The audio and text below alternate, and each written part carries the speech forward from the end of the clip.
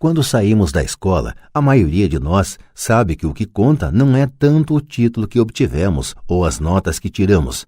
No mundo real, fora da academia, é necessário algo mais do que simplesmente notas. Já ouvi falar de garra, ousadia, audácia, coragem, cara de pau, esperteza, tenacidade, brilho. Este fator, qualquer que seja o nome que se lhe atribui, é mais decisivo em última instância para nosso futuro do que as notas obtidas ao longo dos estudos. Dentro de cada um de nós há alguma dessas características. Existe também o reverso das mesmas, pessoas que, se necessário, se ajoelhariam suplicantes. Depois de passar 1 ano no Vietnã como piloto da Marinha, passei a conhecer intimamente esses dois aspectos dentro de mim. Nenhum deles é melhor do que o outro. Contudo, como professor, reconheço que são o medo excessivo e a falta de autoconfiança os grandes empecilhos à manifestação do gênio pessoal. Partia-me o coração ver estudantes que sabiam as respostas e que, no entanto, não tinham a coragem de agir em consequência. Muitas vezes no mundo real não são os talentosos que vão em frente, mas os ousados. Em minha experiência pessoal, o gênio financeiro exige tanto conhecimento técnico quanto ousadia. Se o medo for muito forte, o gênio se extingue. Nas aulas, incentivo os estudantes a aprenderem a assumir riscos, a serem ousados, a deixarem seu gênio converter seu medo em poder e brilhantismo. Funciona para alguns e apavora outros. Acabei percebendo que a maioria das pessoas, quando se trata de dinheiro, prefere a segurança. Tive que responder a perguntas como: por que arriscar? Por que me dar ao trabalho de desenvolver meu QI financeiro? Por que me alfabetizar financeiramente? E a resposta é: para ter mais opções. Há grandes mudanças à nossa frente. Comecei com a história do jovem inventor Alexander Graham Bell. Nos próximos anos haverá mais pessoas como ele. Haverá centenas de pessoas como Bill Gates e empresas extremamente bem-sucedidas como a Microsoft, sendo criadas a cada ano, em todo o mundo. E também haverá muito mais falências, demissões e downsizing. Então, por que se preocupar em desenvolver o QI financeiro? Ninguém pode responder isso a não ser você.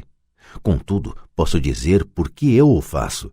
Faço porque esta é a época mais empolgante para se viver. Prefiro saudar a mudança do que temê-la.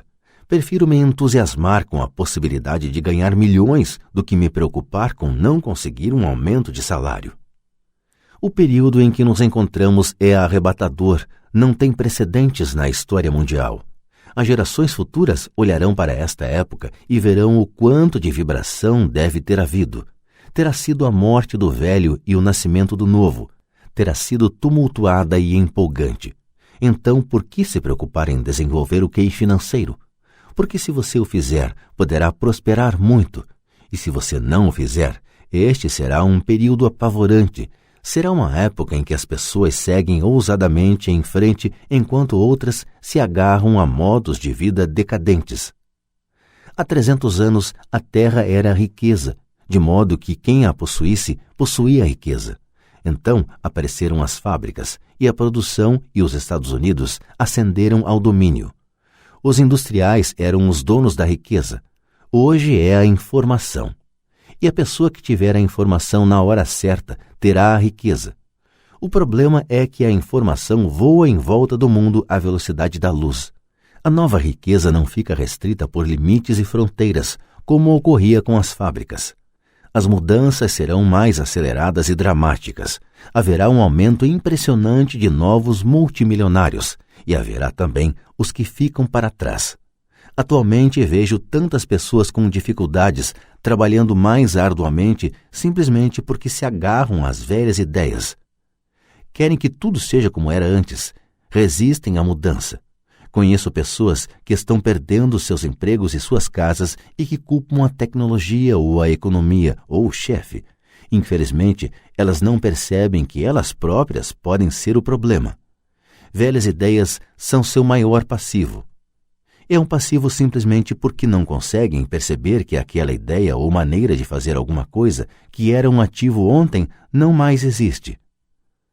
Uma tarde estava ensinando a investir utilizando um jogo de tabuleiro Cash Flow que inventei como uma ferramenta de ensino.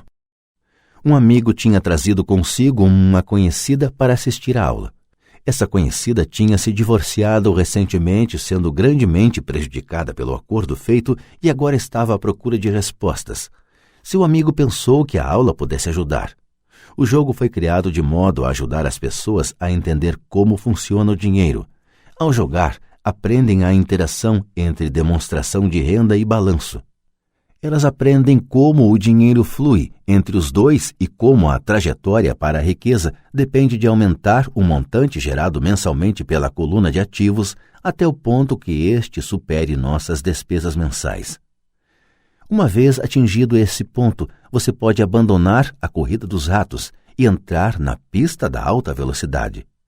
Como disse, algumas pessoas odeiam o jogo, outras adoram e algumas não entendem.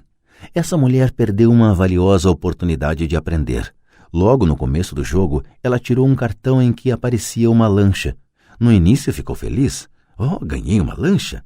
Então, quando o amigo tentou lhe explicar como funcionavam as contas de sua demonstração de renda e de seu balanço, ela ficou frustrada porque nunca gostara de matemática. O resto dos jogadores de sua mesa ficou esperando enquanto o amigo lhe explicava a relação entre demonstração de renda, balanço e fluxo de caixa mensal. De repente, ela percebeu como os números se encaixavam e que a lancha a estava comendo viva. No correr do jogo, também foi atingida pelo downsizing e teve um filho. Para ela, foi um jogo terrível. Depois da aula, seu amigo se aproximou de mim e disse que ela estava perturbada. Viera para a aula pensando em aprender a investir e não gostara do tempo gasto com um jogo bobo. Seu amigo tentou levá-la a pensar se o jogo não teria se refletido nela de alguma forma. Com essa sugestão, a mulher pediu o dinheiro de volta. Disse que a mera ideia de que o jogo pudesse ter algo a ver com ela era ridícula. Seu dinheiro foi rapidamente devolvido e ela foi embora. Desde 1984, ganho milhões simplesmente fazendo o que o sistema de ensino não faz. Na escola, a maioria dos professores faz exposições. Eu detestava exposições quando estudante, logo me aborrecia e minha mente começava a divagar. Em 1984, comecei a ensinar por meio de jogos e simulações. Sempre incentivei os estudantes adultos a pensar nos jogos como uma reflexão sobre o que eles já sabem e sobre o que precisam ainda aprender. É um sistema de feedback instantâneo. Em lugar de um professor fazendo uma exposição para o aluno, o jogo lhe devolve uma exposição personalizada, feita sob medida para você. O amigo da mulher que foi embora me ligou mais tarde contando o que estava acontecendo. Ele disse que a amiga estava ótima e se acalmara. Depois de mais calma, ela começou a ver alguma relação entre o jogo e sua vida. Embora ela e o marido não possuíssem uma lancha, tinha tudo o que se pode imaginar. Ela estava furiosa depois do divórcio, tanto porque ele a deixara por uma mulher mais nova, quanto pelo fato de, em 20 anos de casamento, eles terem acumulado poucos ativos. Não havia quase nada a dividir. Os 20 anos de casamento tinham sido muito divertidos, mas tudo o que eles tinham acumulado era um monte de badulaques. Ela percebeu, ao fazer as contas, a demonstração de renda e o balanço, que sua raiva decorria do fato de não entendê-las. Ela tinha acreditado que as finanças eram um assunto de homem. Ela cuidava da casa e da vida social e ele tratava das finanças. Estava agora certa de que nos últimos 5 anos de casamento ele ocultara dinheiro dela. Ela estava furiosa consigo mesma por não ter visto para onde o dinheiro ia, tanto quanto por não ter descoberto a existência da outra mulher. Da mesma maneira que o jogo de tabuleiro, o mundo está sempre nos dando um feedback instantâneo. Poderíamos aprender muito se prestássemos mais atenção. Um dia, não muito tempo atrás, queixei-me com minha mulher de que a lavanderia devia ter encolhido minhas calças. Minha mulher sorriu gentilmente e cutucou minha barriga para informar que as calças não tinham encolhido, alguma coisa tinha se expandido. O jogo Cash Flow se destina a oferecer a cada jogador um feedback pessoal. Seu objetivo é apresentar opções. Se você tirar um cartão que o endivida, a questão é: o que posso fazer agora? Quantas opções financeiras diferentes você pode imaginar? Este é o objetivo do jogo: ensinar os jogadores a pensar e criar várias e novas opções financeiras.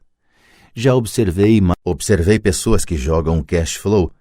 Aquelas que saem da corrida dos ratos mais rapidamente são as que têm um bom conhecimento dos números e uma mente criativa do ponto de vista financeiro. Elas reconhecem as diferentes opções financeiras. As pessoas que demoram mais são as que não têm familiaridade com números e que frequentemente não entendem o poder do investimento. As pessoas ricas frequentemente são criativas e assumem riscos calculados. Há muita gente que ganha rios de dinheiro no jogo, mas não sabe o que fazer com ele. A maioria dessas pessoas também não é bem-sucedida nas finanças na vida real. Todos parecem passar à sua frente. São muitos os que, apesar da quantidade de dinheiro que possuem, não progridem financeiramente.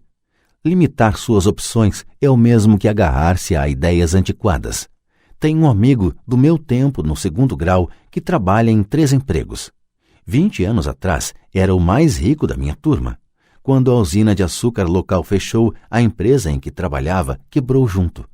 Na sua cabeça, ele só tinha uma opção e essa era a opção antiga: trabalhar arduamente. O problema é que não conseguia encontrar um emprego que reconhecesse sua antiguidade na empresa quebrada. Em consequência, ele tem uma qualificação superior ao necessário no emprego atual e seu salário é, portanto, inferior. Então ele está trabalhando em 3 empregos para conseguir sobreviver. Observei pessoas que jogam cash flow queixando-se de que as cartas não lhes oferecem as oportunidades certas e assim ficam paradas. Conheço quem faça isso na vida real. Esperam pela oportunidade certa.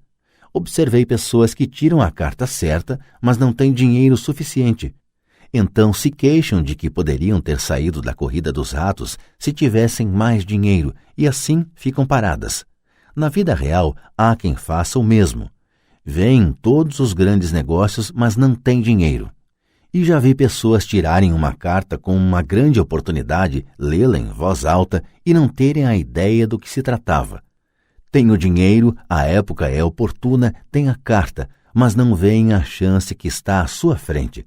Não conseguem ver como isso se encaixa em seu plano financeiro para sair da corrida dos ratos. E ainda os que parecem todos esses tipos combinados. A maioria tem uma oportunidade única bem na sua frente e não consegue vê-la. 1 ano depois descobre que todos os outros ficaram ricos. A inteligência financeira é simplesmente ter mais opções. Se as oportunidades não aparecem à sua frente, que outra coisa você pode fazer para melhorar sua posição financeira? Se uma oportunidade lhe cai do céu e você não tem dinheiro e o banco não lhe dá atenção, o que mais poderia fazer para essa oportunidade trabalhar a seu favor? Se seu palpite é errado e o que você esperava não acontece, como pode transformar um limão em milhões? Isso é inteligência financeira. Não é tanto o que acontece, mas quantas soluções financeiras diferentes você pode imaginar para transformar um limão em milhões. É a sua criatividade a serviço da solução de problemas financeiros. A maioria das pessoas só conhece uma solução: trabalhar arduamente, poupar e levantar empréstimos. Então, por que você quer aumentar sua inteligência financeira? Por que você quer ser o tipo de pessoa que cria sua própria sorte? Você pega o que quer que aconteça e o torna melhor. Poucas pessoas percebem que a sorte é criada, do mesmo modo que o dinheiro. E se você quer ter mais sorte e criar dinheiro em lugar de trabalhar arduamente, então sua inteligência financeira é importante.